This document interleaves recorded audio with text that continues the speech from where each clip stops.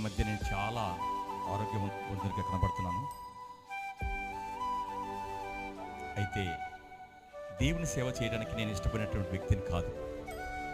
కానీ దేవుడు తన సేవ చేయించుకోవాలని ఆయన పిలిచినటువంటి పిలుపుకు లోపడటానికి నాకు మనసు లేదు. ఈ రాత్రికాల సమయంలో దేవుడు నా పట్ల చేసినటువంటి ఒక కార్యాన్ని మీతో పంచుకోవడానికి ఒక 5 నిమిషాలు మాత్రమే నేను మీతో మాట్లాడతాను. 2002 సంవత్సరం మే నెల 1వ తేదీ ఈ లోకంలో ఉన్నటువంటి వ్యాపారాల్లో చిక్కుకొని దేవుని యొక్క పిలుపును మరచి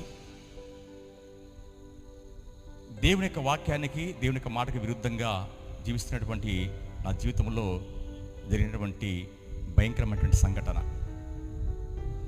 ఈరోజు మనం అందరం కూడా ఆరోగ్యకరంగా కనబడుతున్నాం.